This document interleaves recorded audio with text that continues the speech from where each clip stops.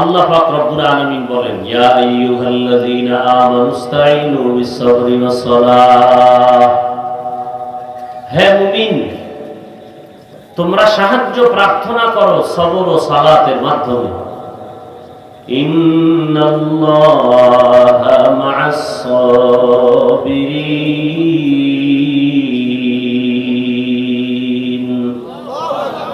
নিশ্চিত আল্লাহ পাক সাবিরিন যারা তাদের সাথেই থাকেন।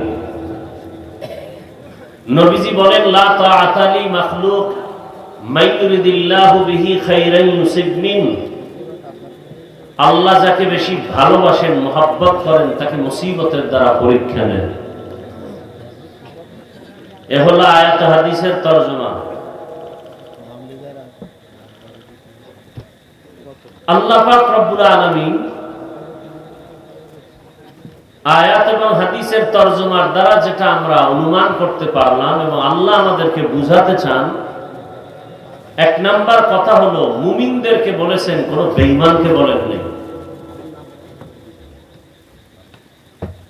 কি বলেছেন? তোমরা সাহায্য নিয়ে চলো, সাহায্য চাও। কেন?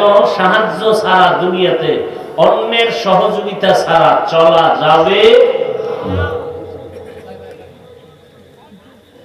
তবে সাহায্যটা কেন নিতে হবে এটা একটা প্রশ্ন, এবং সহযোগিতাটা কার থেকে নিতে হবে একটা প্রশ্ন। সহযোগিতাটা কিভাবে আমরা নিব, তিনটা প্রশ্ন। ভালো করে খেয়াল করো। আল্লাহ বলছেন তোমরা সাহায্য প্রার্থনা করো। প্রথম কথা, সাহায্য প্রার্থনা করব কেন, এটার জবাব শুনতে থাকি। হাদিসের তরজমাটা বললাম, আল্লাহ যাকে বেশি ভালোবাসেন তাদেরকেই মুসিবতের দ্বারা পরীক্ষা নেন।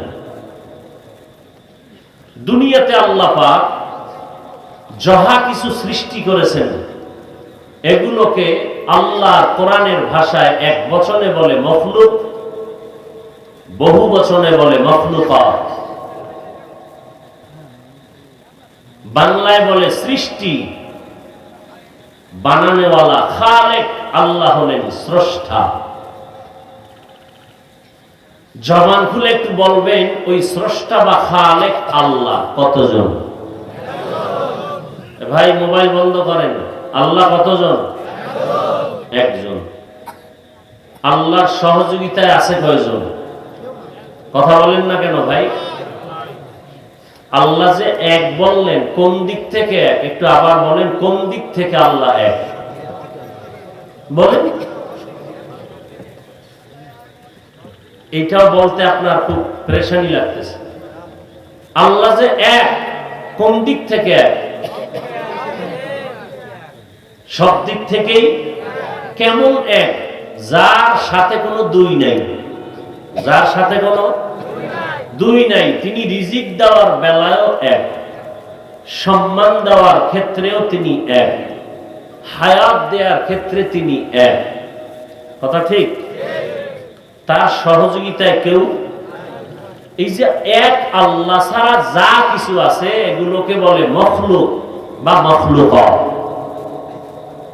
সমস্ত সৃষ্টি জগতের মধ্যে, মাখলুকাতের মধ্যে তিন শ্রেণীর আলোচনা বেশি হয়: জিন, ফেরেশতা, মানুষ। জিন, ফেরেশতা, মানুষ। জানা থাকলে আবার একটু জবাব দিবেন। জিন, ফেরেশতা, মানুষ সহ টোটাল মাখলুকাতের মধ্যে শ্রেষ্ঠ কারা? সন্দেহ? সিদ্ধান্ত কার? নূরের সৃষ্টি ফেরেশতারাও শ্রেষ্ঠ না, আগুনের সৃষ্টি জিনেরাও শ্রেষ্ঠ না, একমাত্র শ্রেষ্ঠ মানুষ। কেন মানুষ শ্রেষ্ঠ? মেধা বেশি না, শক্তি বেশি না, খানা খায় বেশি না, চোখের পাওয়ার বেশি। বেশি বলতে কিচ্ছু নাই মানুষের মধ্যে, কিচ্ছু নাই। টাকা বেশি না, শক্তি বেশি না। বেশি বলতে মানুষের মধ্যে কিছু নাই। তো কি আছে? আল্লাহ নিজেই বলেন, ওয়া খুলিকাল ইনসানু যায়ীফা, আমি মানুষ সৃষ্টি করেছি দুর্বল করে, এরা সব দিক থেকে দুর্বল।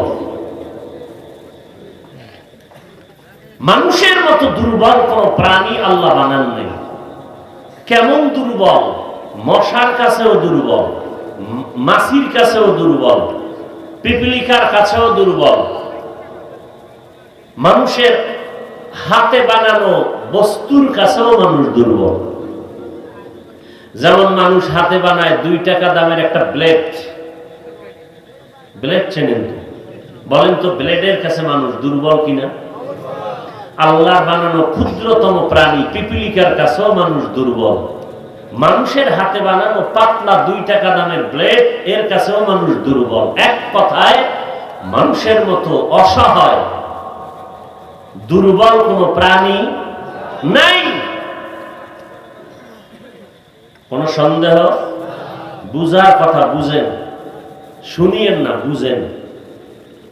মানুষের মতো দুর্বল অসহায় কোন প্রাণী আল্লাহ বানান নাই।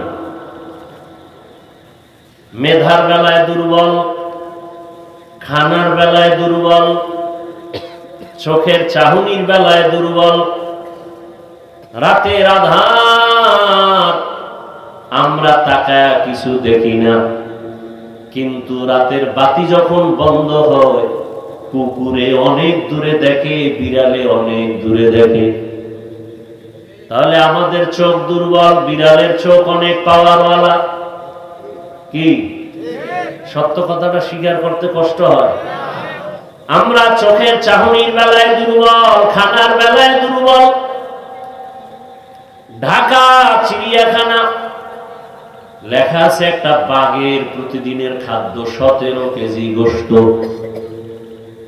টোটাল বাংলাদেশে এমন কোন খাদক পাবেন 3 বেলায় 17 কেজি মারবে?